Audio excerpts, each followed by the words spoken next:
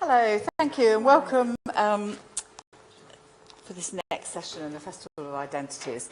We are going to do a little bit more of twisting the kaleidoscope here, because I'm very pleased to say that Kelly Pickard-Smith is here to do her routine. That was the sellout stand-up routine at the Pint of Science International Science Festival last year. So over to you, Kelly, but there's a slight health warning on this one, isn't there? There is a slight health warning of normal adult language. Read into that what you will. Take it away.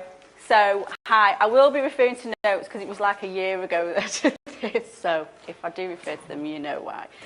This is an alternative academic presentation. She says, in the beginning. So, in the beginning, my name's Kelly Pickard-Smith. Hello, Wembley, not quite. And I'm doing a PhD. Feels sort of a bit confessional doing this, really. A bit salacious, a bit sort of like Alcoholics Anonymous or Academics Anonymous or something. But I'm going to let you into some little secrets of my life and my research. So, in the beginning, I started to research mathematical identity. And why? Well, let's face it, maths has lots of problems. It's always asking us for problems, always asking for solutions. I don't know why it can't sort itself out, but it can, and we have to deal with it. I mean, it's not just maths itself that has problems. Maths people have problems as well. Take my mate Kathy, she's a teacher, a maths teacher. If she's on a night out, she's in a bar, she's getting coming on to by some lecturous men, not lecturers, sometimes lecturous men. I mean, maths really is a solution for her because all she has to do is say, I'm a mathematician and that's it, problem solved. Lecturous man, sods off, happy days. But for some of us, it's quite difficult not being mathematical. So in the beginning, maths was my thing. I was a bit of a geek. I had a rock table. I made rainbows on my ZX81. It was all quite pretty and nice. But actually, I grew up on a council estate, one of the biggest in Europe, actually. You might have seen that award-winning documentary about it, Shameless. Anyone seen that? So that's where I'm from. And for some reason, growing up there meant that I wasn't really a maths kind of person. So 0 to 16 BC, before Cox. Smutty remarks, not welcome, please, people, keep it clean. So, yeah, I say before Cox because this was quite an exciting time back in the 90s. We had Labour coming into power. We had Brian Cox, didn't we, of D-Ream, who was singing things could only get better. Liar, Brian Cox, you downright damn liar. Because while I wanted to be an astrophysicist, we had Brian May here, busy in the 90s with his big perm, busy being a band, busy being an astrophysicist. Professor Brian Cox, busy being a band, busy having a perm, busy being an astrophysicist. Me, busy in the 90s with me perm, apparently not an astrophysicist. Now, there's something about maths not being for women and science not being for women, but I don't know about you, but I mean, Brian looks a bit more feminine than I do back then, so I don't really quite see what the point was. Maybe they were being a bit Chavist. 17 to 37 AD. So I had a bit of rubbish careers advice while I was at school, and they said to me, go off and be a teacher, so that's what I did. I was a teacher in vocational education for 10 years. 10 long, weary years, where I'd done a degree, I'd done a teaching certificate, I'd done a master's, I'd done information and guidance, and I was earning the grand sum of 19.5 grand a year, while my students were bringing in more than me after I'd paid my childcare and I got to take home my 500 quid a month, spending it wisely. They're off, they're dealing the drugs, making more money, and even worse, part-time at Morrison's. So I looked at that and I thought, why have they got more money than me?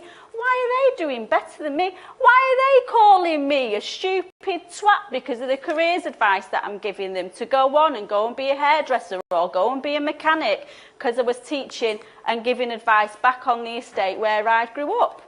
And I sat there and I thought, you know what, they're right, I am a twat because I'm giving them the same crappy careers advice that was given to me. Go off and be a mechanic, you're a boy. Go off and be a hairdresser, you're a girl. Don't think about sciences. Don't think about maths. It's not for the likes of you. Get back down on the market selling your dodgy goods. Where's your tracksuit gone? Get your tag on. And I thought, no, I'm not having this. And I looked at them all and I thought, what have they all got in common?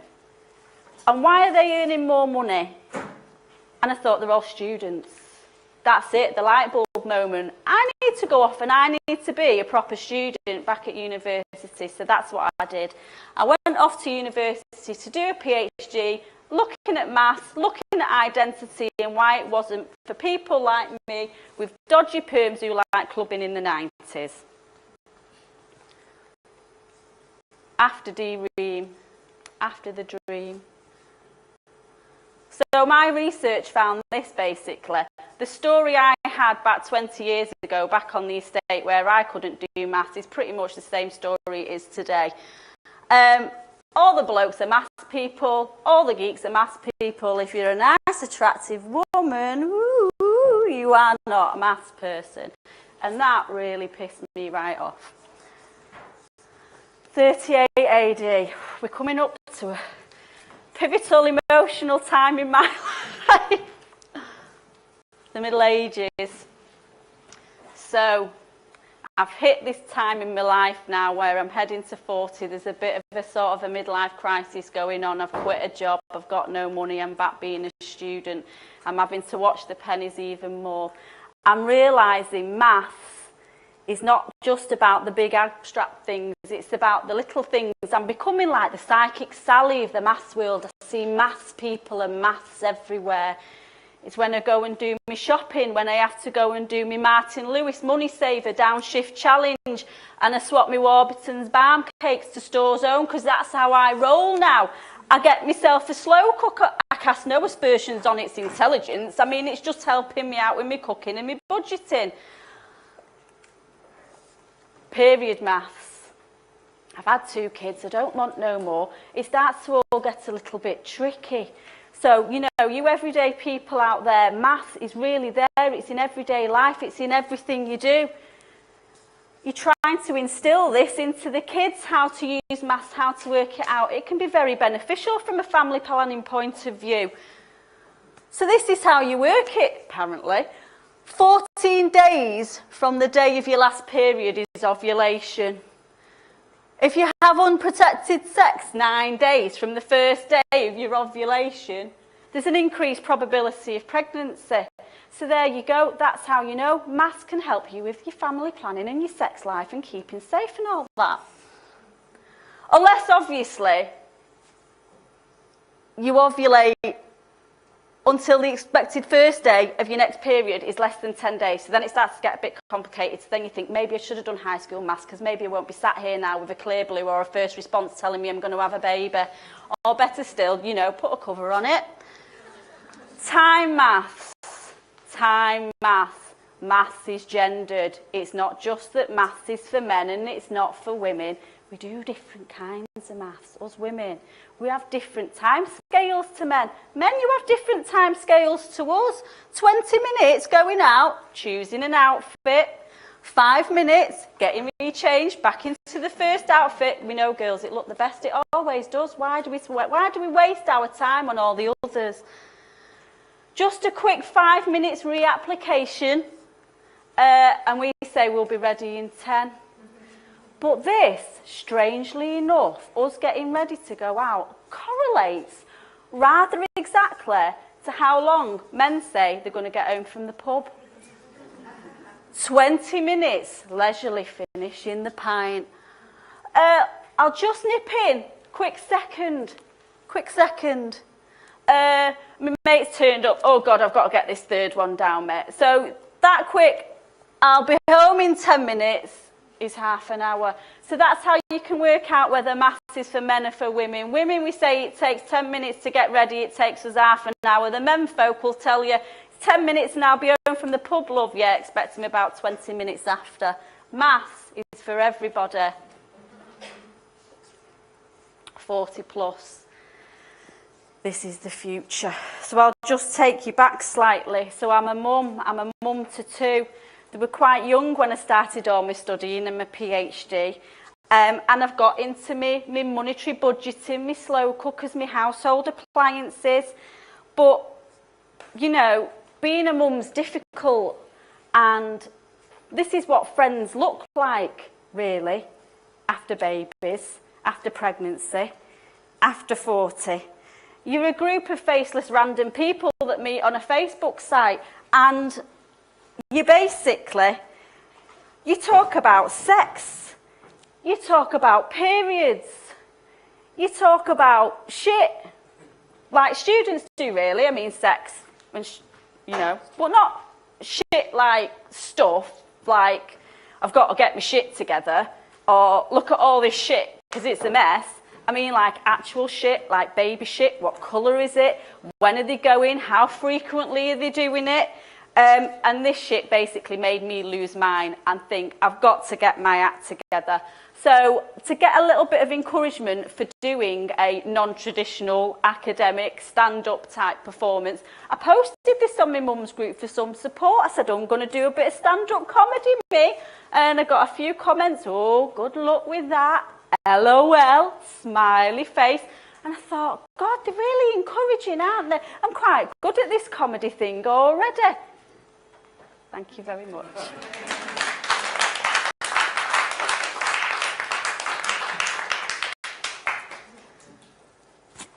When we say stand-up comedy, this actually comes from a brilliant organisation called Bright Club, and I will very much encourage you to look it up. Bright Club runs up and down the country, and what the company does is it trains people like me, who are not performers, who are academics, to think about your research in a different way and to try and repackage it for a public audience. So no, we're not performers, we're academics, and we have to get this message out there. And the reason why I felt the comedy angle and the performance angle was so important, really, is that identity, it's not this nice, sterile, packaged little thing that we do and that we say our identity is bound up in all our experiences. So I'm just going to talk to you a little bit now about sort of the research side of it. So narrative researchers will say we lead storied lives. And we've heard it today. The experiences on the employer panel were stories about how people experience the business world, how they're trying to get learners involved. It's visceral, it's emotional, and it's developmental. Who you were yesterday is not maybe who you are today and who you will be in the future.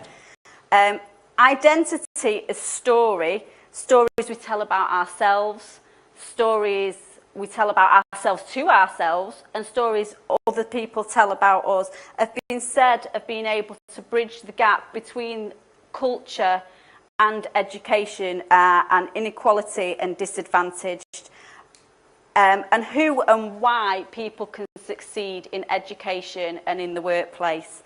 And it goes back to Dr. Oberon this morning, who was saying that we live to life scripts, and actually the research that I use is a cultural anthropologist called Dorothy Holland, and she says that we live our life according to cultural models, ways that tell us how we can live and be, and actually she calls that a standard plot, so it's not that far removed from a script. And that also goes back to the idea of what we heard earlier about being in a mindset and playing the game. What Dorothy Holland says is we live in an as-if world where you have to learn the rules for that world and you have to learn how to play the rules of that game. And in that way, identity can be seen as capital. It's something you use. It's not just a frill that we add on. It is useful to people. Are you a mathematician? Yes, you are. Here's this nice important job with a lot of money. Are you a mathematician? No, you're not. Here's this lower job. It's not going to pay you very much and there's not very much progression. So you can use your identity to play the game, but you can also be ventriloquized by these powerful voices who will talk through you and say what sort of a person you are. So your identity is actually really hard won. The person that you make yourself into is you're positioning yourself in relation to these stories, telling you who, what and how you can be. However, identity is not that easy.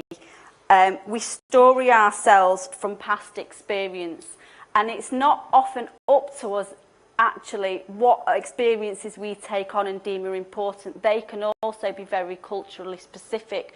So how you feel about an experience in a maths classroom in the UK, for example, maybe the anxiety you felt, the restriction of being taught formal maths in a maths classroom and not wanting to be seen as being the geeky one, being the odd one, would be very, very different to the experience of, say, my mate Min, who grew up in China. And there was a load of kudos at being good at maths, and it was just the expected thing, and you had to be good at it, and that's what people expected of you. So it's not always up to you, the experiences that you take on. And also the past experience that stores your identity now and your future possible selves are more likely to be laid down from an emotional perspective. So a researcher called Bal will say that these experiences are more likely to be recalled around emotion, and very often negative emotion. And it doesn't come back to us very easily in the way that we speak. When you recall past experiences, often they come back to you through thoughts, through feelings. It might be something you've smelled, it might be a feeling you've had, a sense of déjà vu. It might also, and most commonly, be from other stories, because story begets story. If you tell a story about yourself, that speaks to the audience and it speaks to other people, and they will use that to think, what am I going to tell this person about me? What are they going to expect from me? How can I communicate with them in a way that they're going to understand? So when you tell your identity story, it's not just for you, it includes the audience, it includes the people you're speaking to, and that will then mediate their response to you, their response to the world. And that's why these experiences are important. Like, for example, the anecdote we had earlier about the bus journey.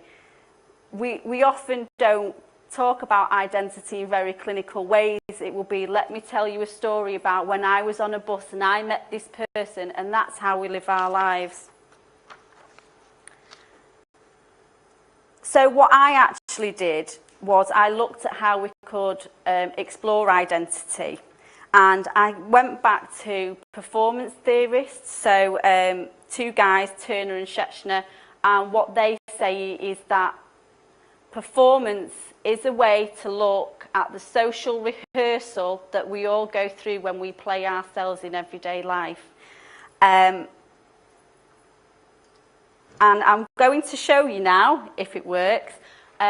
I wasn't going to do this, but when I heard people speak this morning, I thought it'd be important to show it.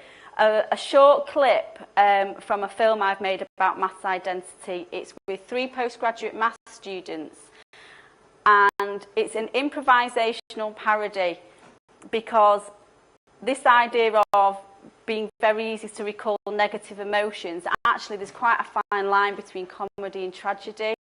So what they do in this clip is they parody an AA, math therapy, Alcoholics Anonymous kind of session, and they put maths as being something that's seen as being addictive. It's done by people with mental health problems, which again, you know, how people with mental health problems are portrayed in the media is very close to how mathematicians are portrayed, and it's not a very pretty picture.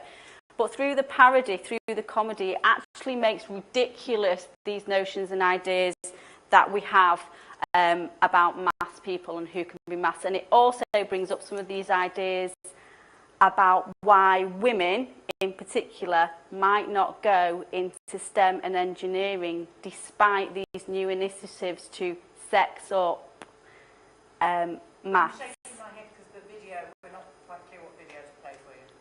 It's the Vimeo link. Do you want me to find it?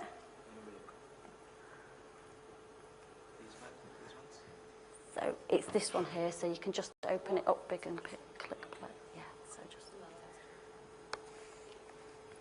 so pay close attention actually very much to the conversation they have about female mathematicians, because this is set now and this is people's ideas now, and it's very enlightening.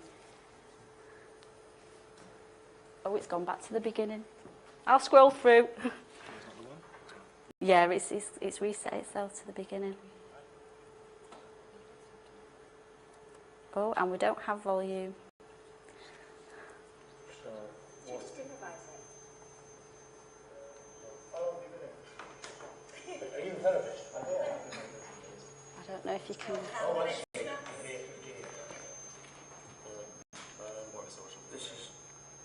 This is my first time here. Yeah. I've been referred by my psychiatrist. Yeah, maths therapy. Yeah, so, yeah, I know how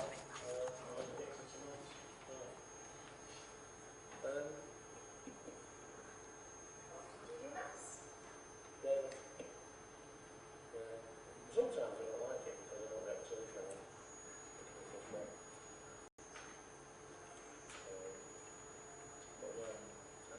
I use maths every day because I'm searching for it. It's very annoying.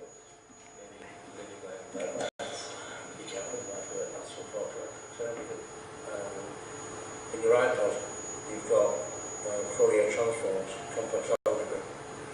In a computer, you've got base 16, binary, 2 formula, those are 2. In a camera, you've got digital processing, logic combination, systems, fuzzy logic, for autofocus. In a plane, you've got digital signal processing, binary, base 8, 3D geometry, triangulation, Pythagoras. It's everywhere. Everywhere. So how do you live a normal life if you're addicted to maths? Is there anything that helps you resist the urge to? Yeah, I book holidays. I book holidays and do nothing. Take days off work. I constantly, I reckon, my race is when I book holidays. Yeah, we'll cut the film because we've got feedback coming in, and it's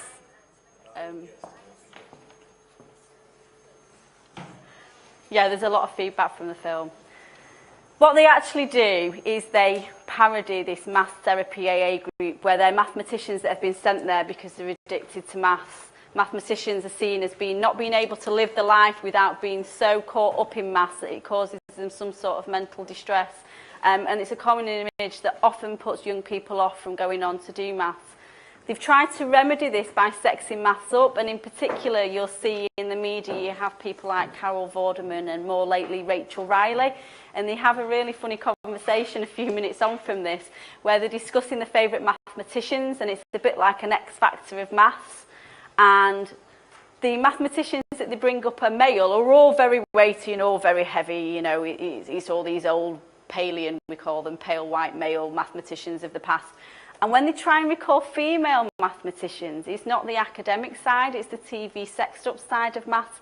And actually, the guys are pretty derogatory about it, because when they talk about it, and Claire says her favourite, she doesn't really like Rachel Riley, the guy starts saying, oh, I like Rachel Riley's legs, oh, she's got 2 of them, 2's enough for me.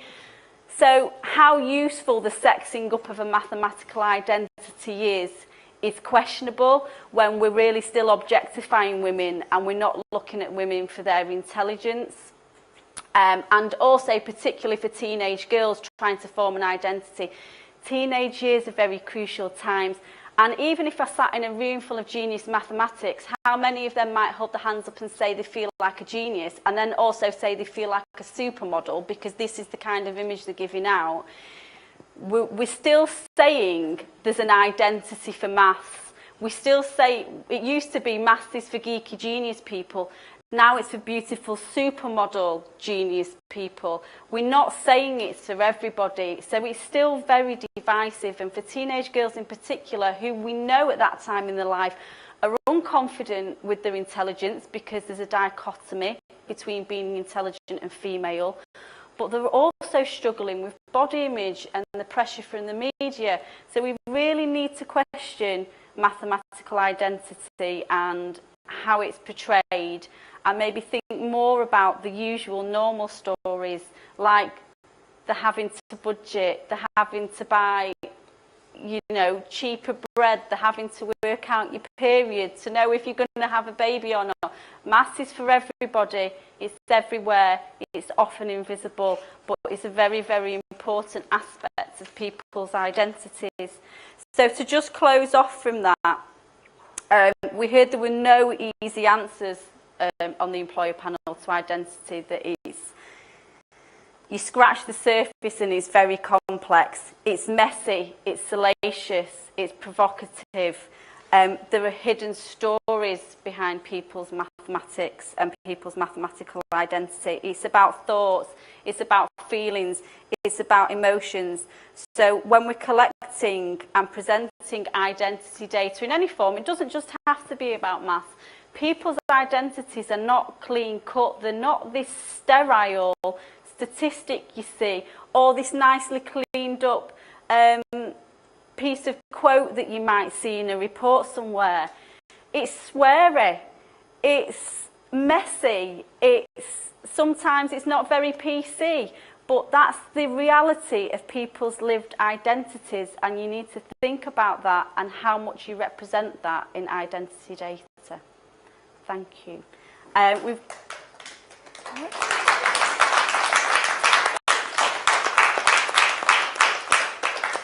We've got just a couple of minutes now, so what I was thinking, I'm not going to ask you to get up and perform and do a load of stand-up comedy on the spotlight. However, but I would encourage you to maybe talk to the person next to you or get into a small group. Firstly, tell each other a joke. Think of a joke. Think of the context of that joke. What is the cultural background to it? I'm half Irish. There's a lot of Irish jokes going around in my family. So think of a joke, and then think of an experience that shaped you in some way. A story about you, it could be anything. It could be something funny, it could be something sad. But of everybody, when we think of ourselves, we all have these little stories about ourselves that we think, that says something about me. And it might be a usual story that you tell people when you meet them. So tell each other a joke, and then just tell each other a little story about yourself that shaped something about you.